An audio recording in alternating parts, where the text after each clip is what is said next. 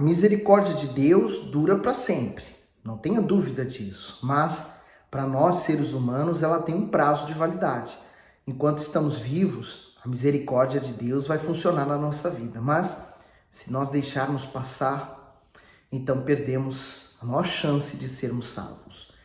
Salmos 136 está incluído nesse período do início, e o início do serviço no templo. Nós vamos ler ele hoje, dar continuidade à história de Salomão. Vamos pedir que Deus dirija-nos.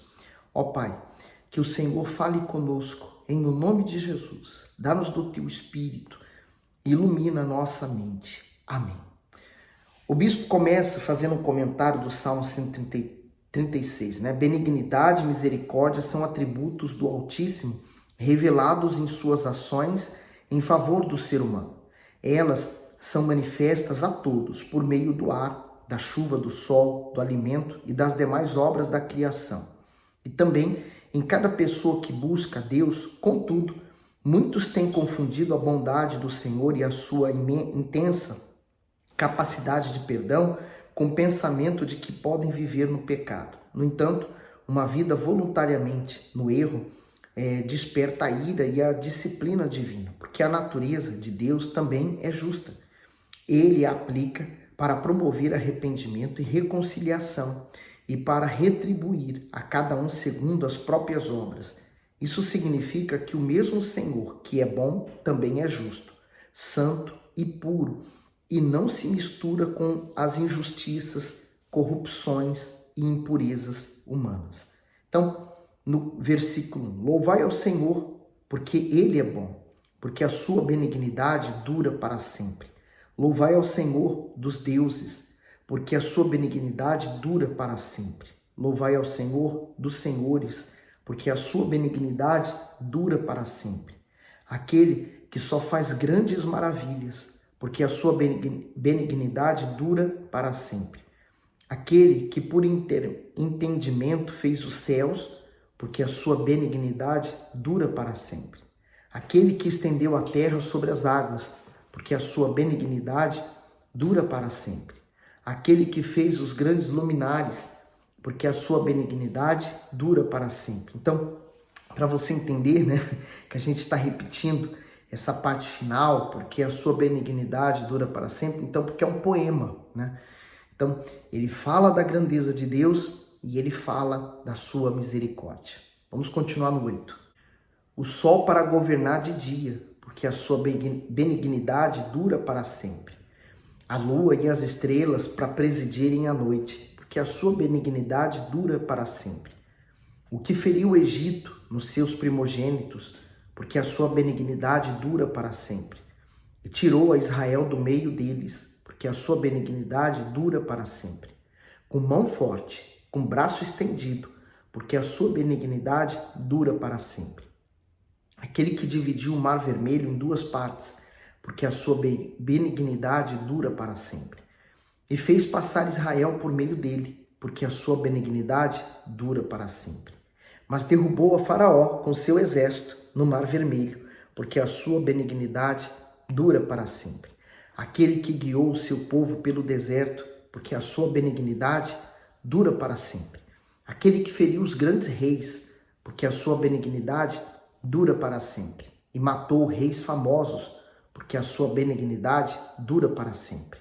Sion, rei dos amorreus, porque a sua benignidade dura para sempre. E Og, rei de Bazã, porque a sua benignidade dura para sempre.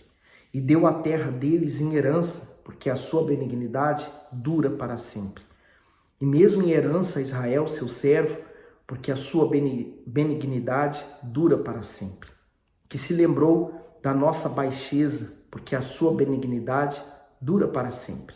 E nos remiu dos nossos inimigos, porque a sua benignidade dura para sempre. O que dá mantimento a toda a carne, porque a sua benignidade dura para sempre. Louvai ao Deus do céu, dos céus, porque a sua benignidade dura para sempre. E agora eu digo, graças a Deus, o Senhor Jesus morreu pelos nossos pecados, porque a sua benignidade dura para sempre. O comentário do versículo 23 diz assim: somente Deus se lembra de nós em nossos momentos de humilhação. Por mais abatida e envergonhada que uma pessoa esteja, o Altíssimo é capaz de resgatá-la e pô-la a salvo de suas aflições, assim como aconteceu com Israel no passado.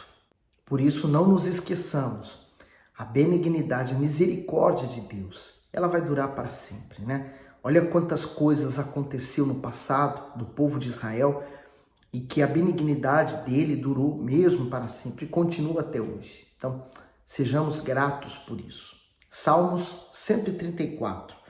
E o Bispo Macedo começa com um comentário. Todas as noites.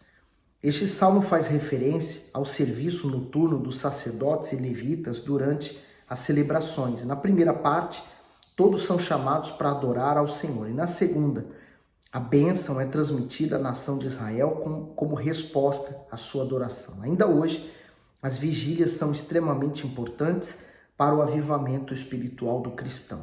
Por serem realizadas em horários em que exige sacrifício, são uma oportunidade perfeita para buscar o Espírito de Deus e fortalecer a fé. E ele começa: eis aqui, bendizei ao Senhor todos vós, servos do Senhor, que assistis na casa do Senhor todas as noites. Levantai as vossas mãos no santuário e bendizei ao Senhor. O Senhor que fez o céu e a terra te abençoe desde Sião. Nós temos que lembrar que o que estava acontecendo nesse momento, né? Porque eles estavam terminando de construir a casa do tesouro, né? A casa de Deus, e eles estavam então colocando todos os candelabros, as mesas, a pia, né, o mar de vidro, né, o mar com a água para se lavar as mãos, a arca da aliança, enfim, todo o serviço, né, preparando toda a casa para consagrá-la a Deus. E depois veio os sacrifícios que Salomão apresentou e ele consagrou aquela casa a Deus. Então nós estamos vendo, na verdade, o que estava acontecendo entre os levitas, né? Porque esses salmos são de muitos dos levitas, não há o autor dele especificado, mas eles estão falando a respeito daquela época. Agora, Salmos 146. Louvai ao Senhor, ó minha alma, louva ao Senhor. Louvarei ao Senhor durante a minha vida, cantarei louvores ao meu Deus enquanto eu for vivo. Comentário do 2. Qual é o seu propósito de vida? As escolhas e os compromissos das pessoas neste mundo ecoarão na eternidade. O salmista compreendia bem isto e se comprometeu em honrar o Altíssimo durante toda a sua vida. Ele decidiu manter a fé até o último suspiro, mesmo em meio às mais severas aflições. Se fizermos o mesmo, o Senhor nos honrará com o privilégio de louvá-lo também para todo sempre. O 3. Não confieis em príncipes, nem em filho de homem, em quem não há salvação. Sair-lhe o espírito volta para a terra. Naquele mesmo dia perecem os seus pensamentos. Então olha que reflexão importante, né? Às vezes a pessoa põe toda a confiança dela em alguém e depois ela se frustra porque aquela pessoa não vai ser capaz de atender às suas aflições. E ele está falando que ele colocou a confiança numa pessoa e depois ela veio morrer. Então, quer dizer, acabou toda a esperança dela de salvação. O comentário do bispo aqui diz: que cegueira trocar a confiança no Todo-Poderoso para confiar em homens mortais e falíveis. Jeremias 17, do 5 ao 7, diz: assim diz o Senhor, maldito o homem que confia no homem e faz da carne o seu braço e aparta o seu coração do Senhor, porque será como a tamangueira no deserto e não verá quando vem o bem, antes morará nos lugares secos do deserto, na terra salgada e inabitável. Bendito o homem que confia no Senhor e cuja confiança é o Senhor. Continuando no comentário, né, do bispo. Ainda que as pessoas mais capacitadas do mundo tentem nos ajudar, esse auxílio é limitado, pois o ser humano não pode fazer mais do que suas forças permitem.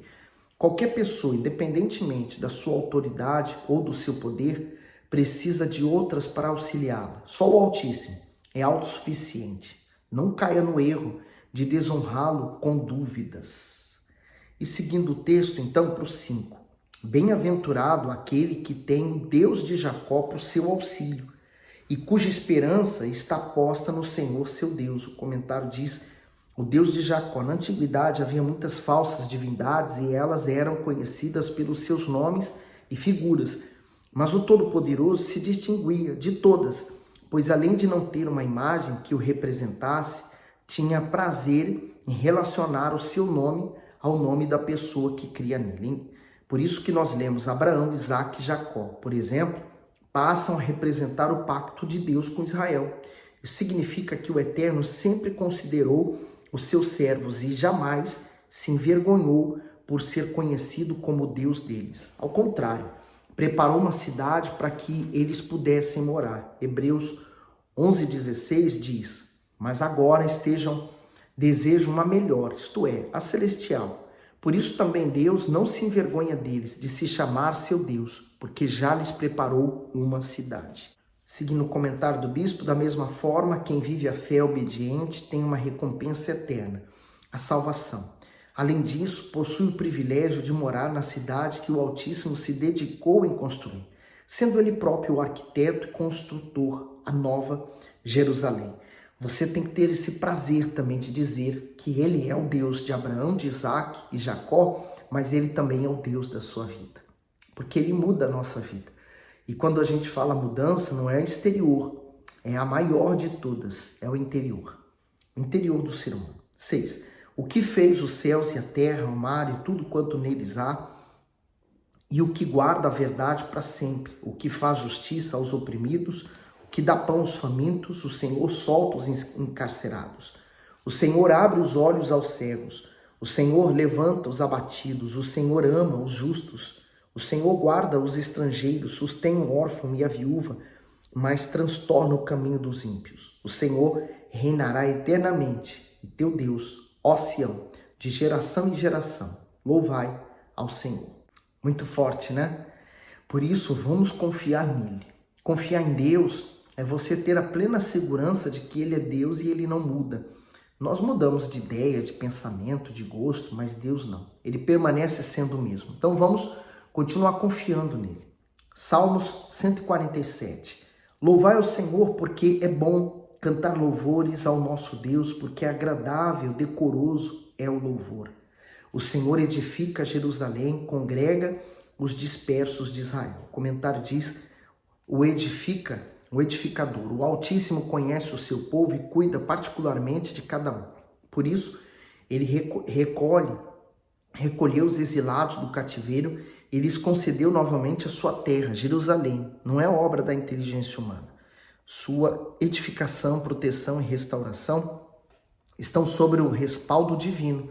A história de Israel pode ser comparada ao cuidado do Senhor Jesus com a sua igreja.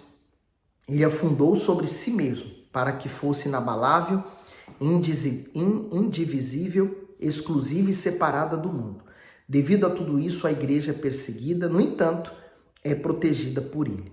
No 3, sara os quebrantados de coração e lhes ata as suas feridas. O comentário diz: sara os quebrantados. O mesmo Deus que restaurou o povo exilado de Israel é aquele que deseja restaurar a vida dos que nele confiam. O Senhor está em busca dos aflitos e oprimidos para sarar suas feridas e curar todas as suas dores. E eu afirmo isso para você, que o Espírito Santo faz exatamente isso dentro do ser humano. Ele cura o coração dela, né? O 4, conta o número das estrelas, chama-as pelos seus nomes. Grande é o nosso Senhor, e de grande poder é o seu entendimento, é infinito. O comentário conta as estrelas. O Senhor, que eternamente se preocupa em sarar um coração ferido, cuida também do seu exército estelar, como proprietário absoluto. Ele passa os olhos e sabe a quantidade de todas elas. O Altíssimo trata de forma tão admirável a sua criação que conhece cada estrela pelo nome. Isto é incompreensível ao conhecimento limitado do ser humano que, por mais que se esforce, não consegue imaginar tamanha grandeza. Diante disso, somos estimulados a confiar nossa vida plenamente nele. Então, até hoje tem estrelas que o ser humano nem sequer conseguiu ver ou chegar nem sequer perto, através de um telescópio ou o que seja. Então, ele conhece o nome de todas elas. Ele está tentando remeter, né, fazer-nos pensar da grandeza que esse Deus tem. No 6, o Senhor eleva os humildes e abate os ímpios até a terra. Cantai ao Senhor em ação de graças, cantai louvores ao nosso Deus sobre a harpa. Ele é o que cobre o céu de nuvens, o que prepara a chuva para a terra e o que faz produzir ervas sobre os montes, o que dá aos animais o seu sustento e aos filhos dos corvos quando clamam. O comentário do 8 e 9. O Senhor é visto em tudo. Ele não apenas criou, mas também governa e sustenta soberana e minuciosamente a criação. Nada do que acontece na natureza é uma casualidade. Pelo contrário, revela e comprova a sua providência. No 10. Não se deleita na força do cavalo, nem se compraz nas pernas do homem. O Senhor se agrada dos que o temem e dos que esperam na sua misericórdia. Para você entender que não é através da força do ser humano que se consegue vencer, mas é através da misericórdia de Deus, da força de Deus. Comentário do 11, né? Prazer. Todos nós temos satisfação em estar na presença de determinadas pessoas porque elas nos fazem bem. O Altíssimo também é assim. Ele se agrada tanto das pessoas que o temem, que fica feliz em pensar nelas e em se ocupar com seus problemas. Ele ama ouvir suas orações e louvores e tem satisfação em caminhar com elas e protegê-las. E até quando dorme, ele trabalha para lhes providenciar recursos. Seguindo para o 12. Louvai, ó Jerusalém, ao Senhor louva, ó Sião, ao teu Deus, porque fortaleceu os ferrolhos das tuas portas, abençoa os teus filhos dentro de ti. Ele é o que põe em paz os teus termos e da flor da farinha te farta. O que envia o seu mandamento à terra, a sua palavra corre velozmente. O comentário diz como Deus trabalha. O Altíssimo não precisa necessariamente usar suas mãos para criar algo. O desejo oculto em sua mente se transforma em mandamento que dá vida a tudo que ele determina. Assim que Deus revela a sua intenção, sua palavra corre velozmente a fim de materializá-la. Com isso, o universo coopera para que tudo se cumpra imediatamente. Seguindo então para o 16. O que dá a neve como lã, espalha a geada como cinza. O que lança o seu gelo em pedaços, quem pode resistir ao seu frio? Manda a sua palavra e o faz derreter. Faz soprar o vento e correm as águas. Mostra a sua palavra a Jacó, os seus estatutos e os seus juízos a Israel.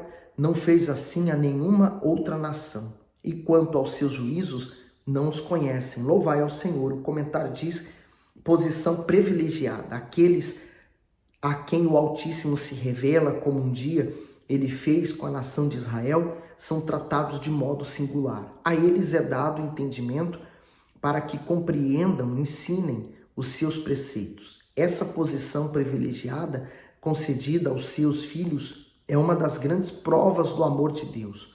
Compete a eles lhe retribuírem com obediência e temor.